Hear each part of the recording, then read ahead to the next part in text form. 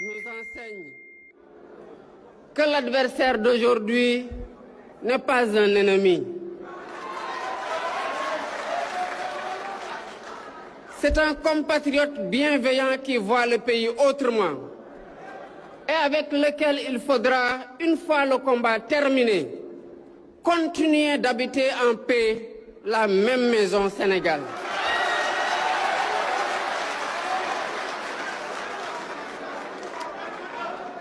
Nos désaccords, si profonds soient-ils, demeurent des désaccords entre frères et sœurs.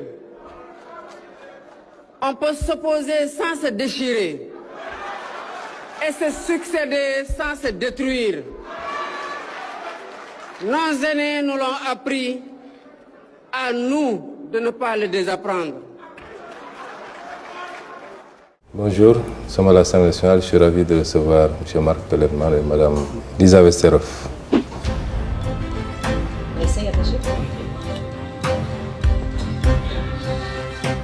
Ça sert à ne pas briller, parce que quand on a ma coiffure, eh ben, le crâne réfléchit beaucoup dans les lumières.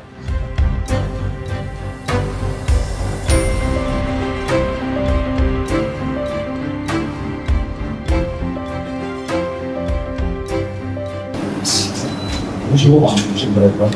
Très bien. Je se vois Exact. physiquement. Ça Très bien. Ok, ça vous êtes 10 minutes. Merci de nous recevoir dans votre nouveau chez vous. Je vous en prie. Bonjour, nous sommes à Dakar, à l'Assemblée nationale, pour une interview avec le président de l'Assemblée nationale, Ousmane Sonko, avec moi, Léa Lisa Westerhoff de Radio France Internationale. Des querelles. Et le Sénégal est plus grand que les divergences politiques que nous pouvons avoir. Je peux rassurer tout le monde qu'il n'y aura pas de déchirure. Il peut y avoir des divergences politiques, programmatiques, mais pas de déchirure du pays. Donc le débat ne se pose pas en termes de déchirure. Le peuple sénégalais est plus grand que cela. Quoi qu'il arrive, candidat à la présidentielle de 2029. Il est très prématuré de parler des candidatures. Je vois beaucoup d'initiatives qui parlent de candidature d'Ousmane Sonko en 2029. Je souhaiterais attendre le moment, parce que j'ai un parti politique qui investira le candidat qu'il souhaitera investir. Nous n'en sommes pas encore là. On connaît le résultat quand même.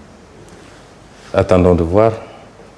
Est-ce que vous pensez que le président va vouloir se représenter? Vous avez beaucoup échangé avec lui, même si ça a été sans doute un petit peu compliqué. Est-ce que vous pensez qu'il va y aller et est-ce que vous irez dans ce cas-là contre lui? Non, je ne m'occupe pas de la candidature du président. Je pense qu'il a son chemin à faire, j'ai le mien à faire. Je ne vais pas être là à épiloguer sur une probable candidature du président sortant.